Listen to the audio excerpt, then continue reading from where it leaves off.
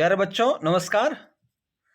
आज के इस वीडियो में हम पढ़ने वाले हैं कक्षा 12 का अर्धवार्षिक परीक्षा सत्र 2022-23 का जो जैसलमेर जिले का जो पेपर है, विषय अनिवार्य हिंदी, जिसका पूर्णांक 70 अंक है और समय 3 घंटे 15 मिनट है, पर चर्चा करने वाले हैं। और चूंकि अर्धवार्षिक परीक्षाएं अभी वर्तमान में चल रही है और सभी जिला स्तरों पर अलग अलग दिन ये परीक्षाएं आयोजित हो रही है, तो इस श्रृंखला में अनिवार्य हिंदी का जो प्रश्न पत्र है वो जैसलमेर जिले में आयोजित हो चुका है। हम उसको आज हल करने का प्रयास करेंगे इस वीडियो में, और इस वीडियो में जो अंत तक हल दिया गया है उसे आप पूरा देखें और समझें। प्रश्न किन किन पाठों से, किन किन भागों से किस किस तरह के प्रश्न आ रहे हैं, प्रश्न की प्रकृति को समझें और प्रश्न का जो भारांक है पाठ्य पुस्तकों का उसे भी आप समझने का प्रयास करें। तो उम्मीद है कि आप वीडियो अंत तक देखेंगे और पूरे प्रश्न पत्र का जो पैटर्न है वो समझने का प्रयास करेंगे। तो आइए शुरू करते हैं वीडियो। और शुरू करने से पहले आपसे एक आग्रह रहेगा, यदि आपने इस चैनल पर यदि आप नए हैं तो इसे सब्सक्राइब जरूर करें और साथ ही बेल आइकन दबाएं ताकि आपको आने वाले वीडियो का नोटिफिकेशन है वो मिलता रहे।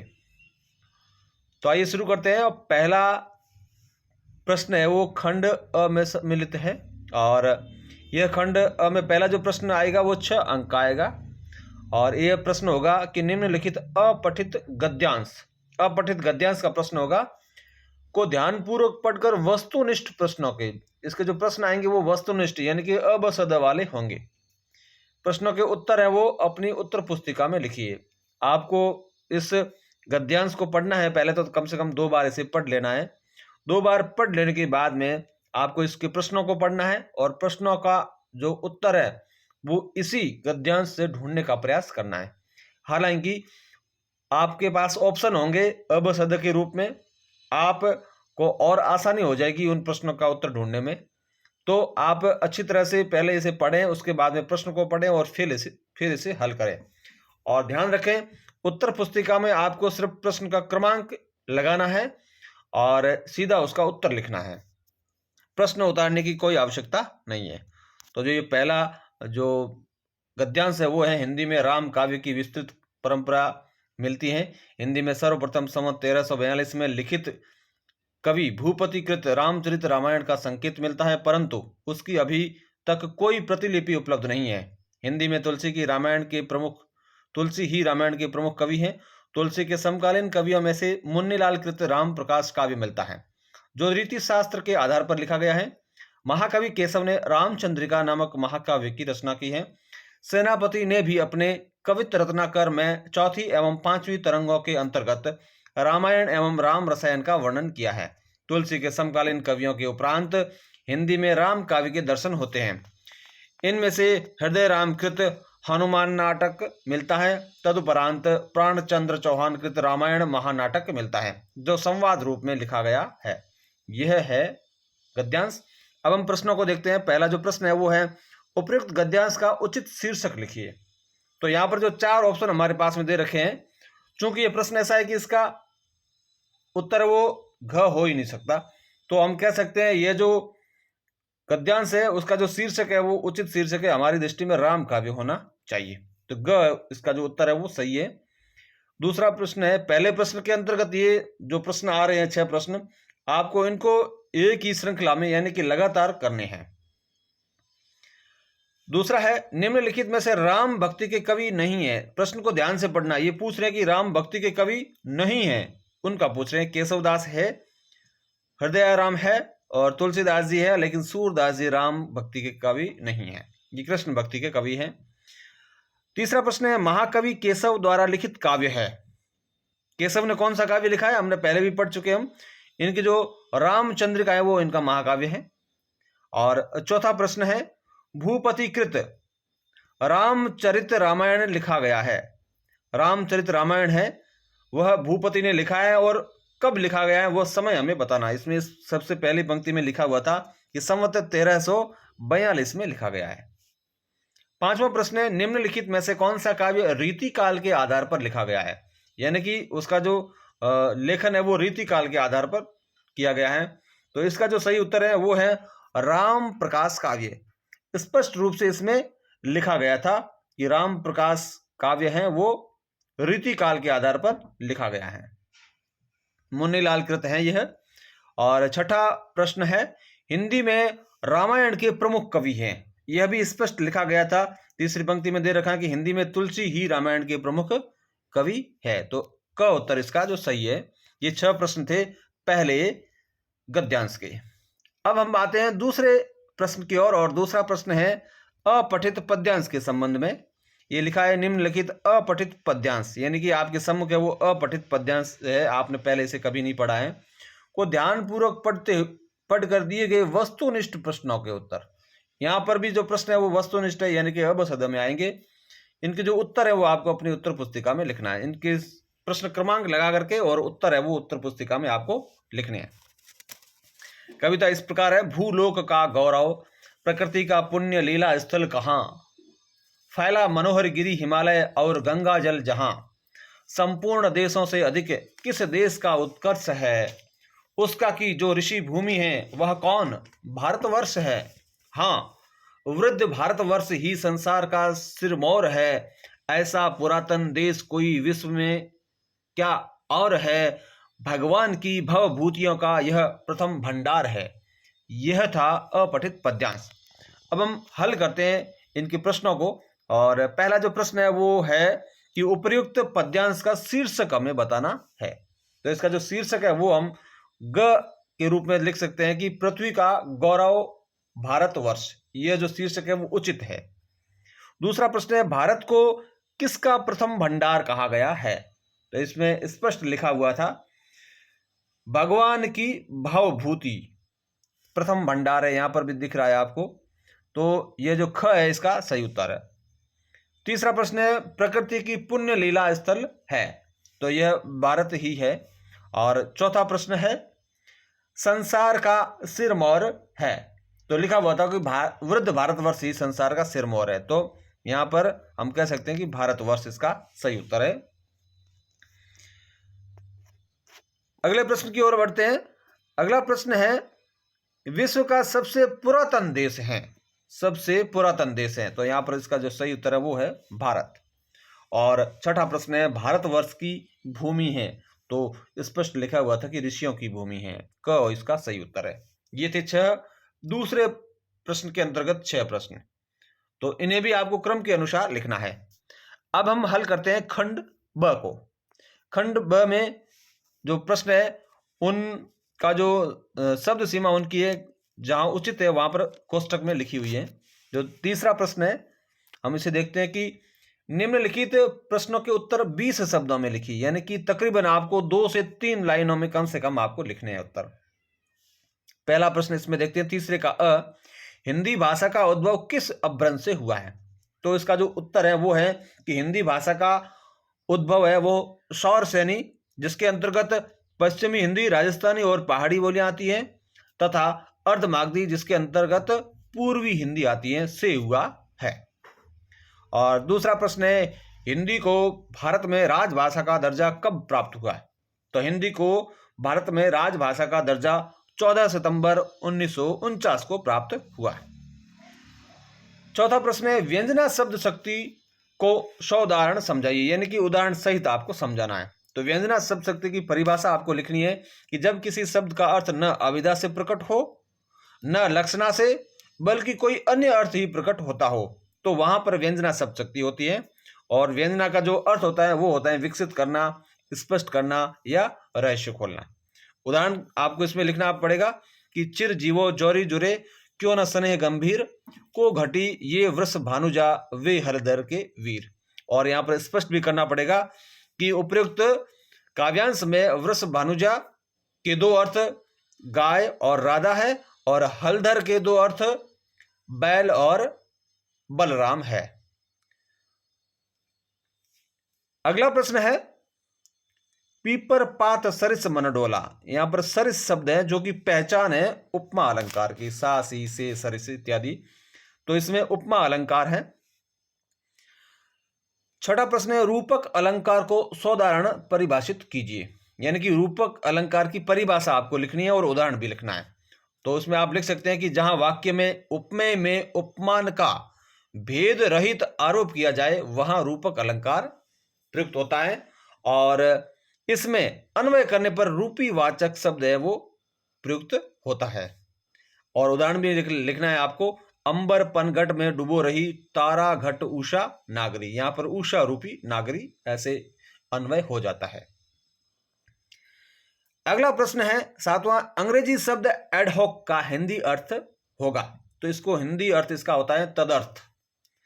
और आठवां प्रश्न है मुख्य जिला शिक्षा अधिकारी जैसलमेर की ओर से नवीन संचालित महात्मा गांधी अंग्रेजी माध्यम विद्यालयों में फर्नीचर की आपूर्ति हेतु निविदा जारी करें। यहां पर आपको एक निविदा लिखनी है, निविदा का प्रारूप और इसका जो उदाहरण है वो अपने इसी ओंकार गोस्वामी यूट्यूब चैनल पर आपको अलग वीडियो में दिया गया है, आप वहां जाकर के इसे अच्छी तरह से समझ सकते हैं।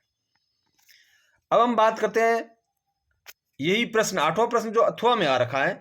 पहले आपको निविदा पूछी गई है और अब यहां पर पूछा गया है विज्ञप्ति, यानी कि निविदा या विज्ञप्ति इसमें से कोई एक आपके आएगा।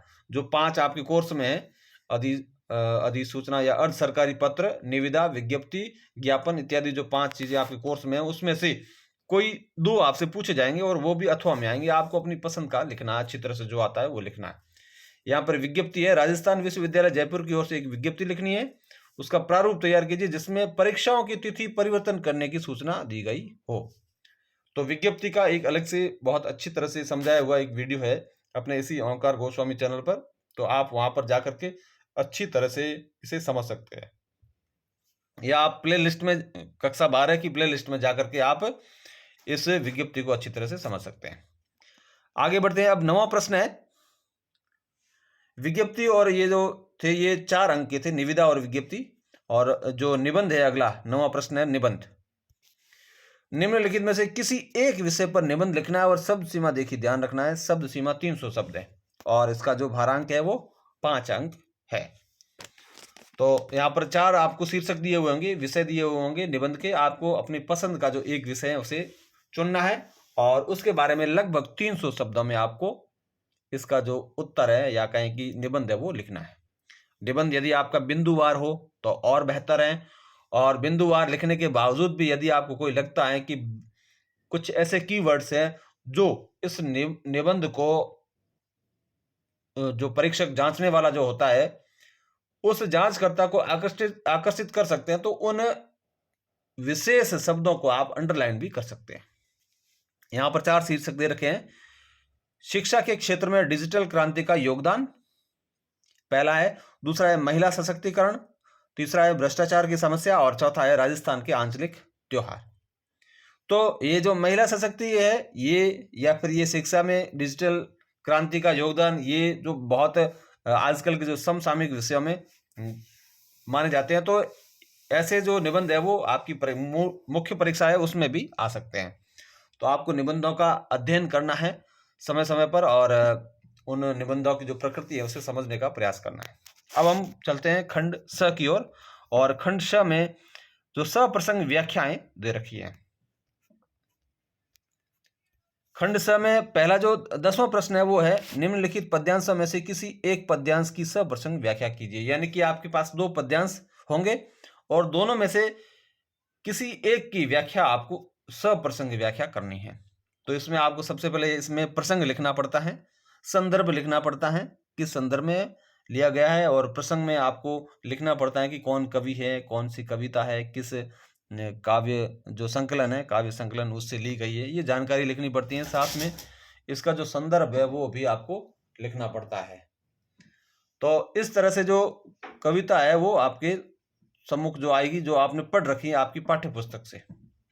तो जो पहली कविता है वह उससे पूछेंगे तो क्या अपाहिज हैं, तो आप क्यों अपाहिज हैं, आपका अपाहिजपन तो दुख देता होगा, देता है, कैमरा दिखाओ इसे बड़ा बड़ा, हाँ तो बताइए आपका दुख क्या है, जल्दी बताइए वह दुख बताइए, बता नहीं पाएगा।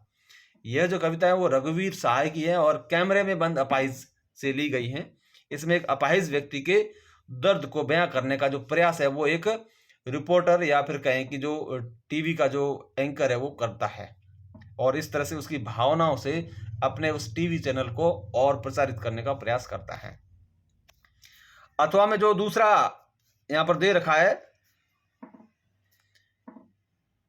पद्य, वह पद्य है तुलसीदास के कवितावली पुस्तक से लिया गया है और कवितावली में भी उत्तरकांड से लिया गया है और इसका जो व्याख्या है आपको करनी है और व्याख्या के अंत में आपको साहित्यिक सौंदर्य के रूप में इसकी भाषा और इसके काव्य सौंदर्य में आपको इसके रस छंद अलंकार जो भी प्रयुक्त हुए इसमें उनकी चर्चा करनी पड़ती है, साथ ही भाषा की चर्चा करनी पड़ती है, लिखना पड़ता है और इसके जो कुछ खास बिंदु होते हैं इसमें इसका जो सारांश होता है वो आपको इसमें लिखना पड़ता है। 11वां प्रश्न है निम्नलिखित गद्यांशों में से किसी एक गद्यांश की सप्रसंग व्याख्या कीजिए।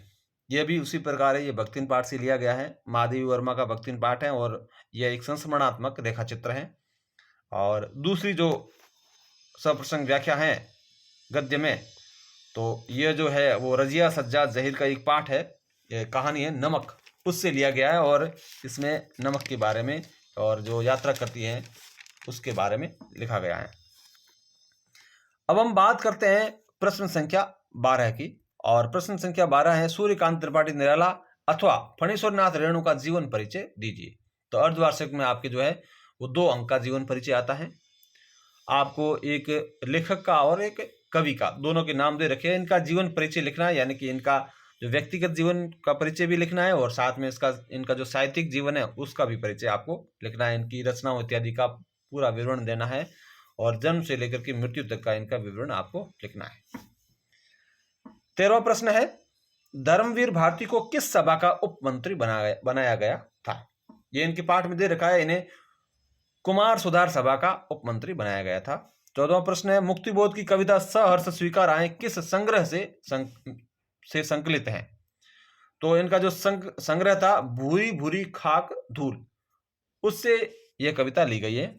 और 15वां प्रश्न है फिराक गोरखपुरी के अनुसार बालक किस वस्तु हेतु ललचाया है। बालक है वो चांद के लिए ललचाता है। 16वां प्रश्न है कविता व बच्चों के खेल को समानांतर क्यों बताया गया है। क्योंकि ये दोनों ही अपना पराया भूल करके और मानवीय भावों की अभिव्यक्ति से सभी को आनंदित करते हैं, इसलिए इनको समानांतर बताया गया है। ये जो 40 अंकों में आपको लिखनी है। और बादल राग कविता किस वर्ग का प्रतिनिधित्व करती है। तो बादल राग जो कविता है वो मजदूर वर्ग का, शोषित वर्ग का, कमजोर वर्ग का, किसान वर्ग का प्रतिनिधित्व करती है। 18वां प्रश्न है बाजारूपन से क्या तात्पर्य है। बाजारूपन से तात्पर्य यह है कि बाहरी दिखावा करना और अपनी चमक से जो ग्राहक होता है या उपभोक्ता होता है उसे अपनी ओर आकर्षित करना। और किस प्रकार के व्यक्ति बाजार को सार्थकता प्रदान करते हैं। बाजार को वे व्यक्ति सार्थकता प्रदान करते हैं जो अपनी आवश्यकता की वस्तुएं ही खरीदते हैं, आवश्यकता से अधिक वस्तुओं का संग्रह इत्यादि नहीं करते हैं। ऐसे व्यक्ति बाजार को सार्थकता प्रदान करते हैं। 40 अंकों में लिखना, ये 40 शब्दों में लिखना है और 2 अंकों का यह प्रश्न है। 19वां प्रश्न है राजा साहब की जगह नए राजकुमार का आना सिर्फ व्यक्तिगत सत्ता परिवर्तन नहीं बल्कि पुरानी व्यवस्था को पलटकर नई व्यवस्था का आरोपित होना है, स्पष्ट करें। इसमें जो है पहले कुश्ती या पहलवानी के स्थान पर है वो जो नया राजकुमार आता है उसे बदल करके नए खेल को स्थान दे देता है। और ये जो 3 अंक का जो प्रश्न है आपको 80 शब्दों में इसका उत्तर लिखना है, आपको स्पष्ट करना है। और 20वां प्रश्न है यह भी 2 अंक का है, 60 शब्दों में लिखना है आपको। यह लेखक ने चार्ली का भारतीयकरण किसे कहा है और क्यों, और गांधी और नेहरू ने भी उनका सानिध्य क्यों चाहा है। तो लेखक ने चार्ली का भारतीयकरण है वो और राज कपूर साहब की जो फिल्म है आवारा उसे कहा है और उसमें भी स्वयं पर हंसने की बात कही गई है और गांधी जी और नेहरू जी भी उनका भी यही मानना था कि स्वयं पर हंसने की जो परंपरा है उसका उन्होंने पालन किया है। तो इस तरह से आपको जो उत्तर है लिखना है। 21वां प्रश्न है शिरीष के फूल की साम्यता गांधी जी व तुलसीदास के व्यक्तित्व से की गई है। तो ये सीरीज के फुल पार्ट से लिखना है आपको 60 शब्दों में लिखना है। तकरीबन आपको 6 से 7 लाइनें, 7-8 लाइनों का उत्तर आपको लिखना है। 2 अंक का है। और 22वां प्रश्न है, आलोक धनवा की पतंग कविता का भाव पक्ष व कला पक्ष अपने शब्दों में लिखिए।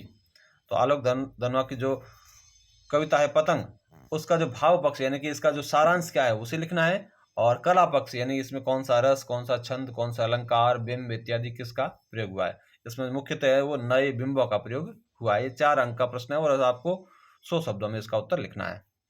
और अथवा में ये प्रश्न दे रखा है, 4 अंक का प्रश्न है इसलिए।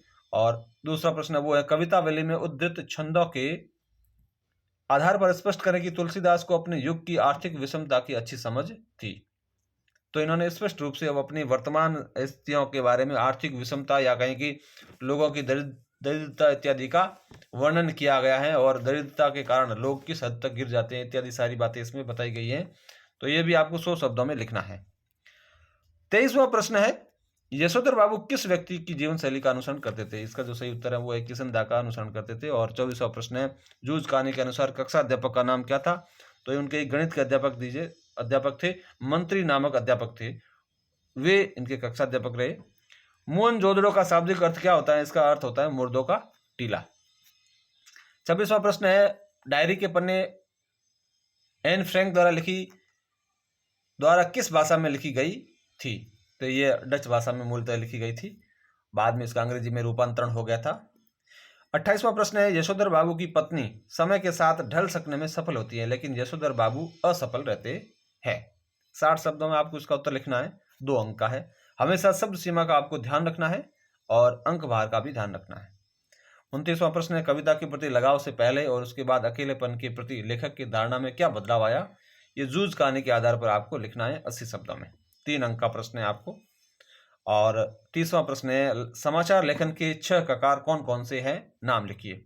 इसमें जो 6 ककार है उनके नाम लिखने हैं, क्या, कौन, कहाँ, कब, क्यों और कैसे। ये 6 ककार है।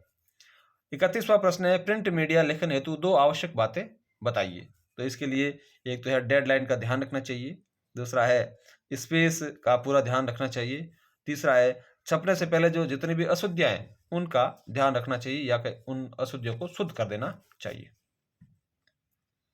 32वां प्रश्न है, फीचर लेखन पर टिप्पणी लिखिए। ये आपको 60 शब्दों में लिखनी है और 1.5 अंक का ये प्रश्न है।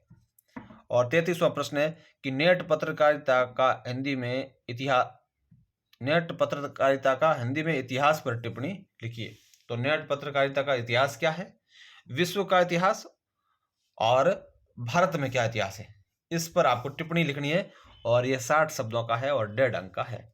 तो यह था जैसलमेर जिले में कक्षा 12 का अर्धवार्षिक परीक्षा में विषय अनिवार्य हिंदी का प्रश्न पत्र। इसे हमने हल करने का प्रयास किया है। उम्मीद है प्रश्न पत्र की प्रकृति आपको समझ में आई होगी और साथ ही किस तरह के प्रश्न आते हैं और किस पुस्तक से कितने प्रश्न आते हैं इत्यादि जो जानकारी है उसे आपने समझने का प्रयास किया होगा। और इसी तरह का जो पेपर है वो हर बार अर्धवार्षिक में आता है। आपने वीडियो अंत तक देखा, इसके लिए आपका बहुत बहुत आभार। आपने यदि चैनल को सब्सक्राइब नहीं किया है तो इसे सब्सक्राइब करें और यदि अच्छा लगा है तो इसे लाइक भी कर दीजिए और अपने मित्रों में साझा भी कर दीजिए। फिर मिलते हैं एक नई वीडियो में। नमस्कार।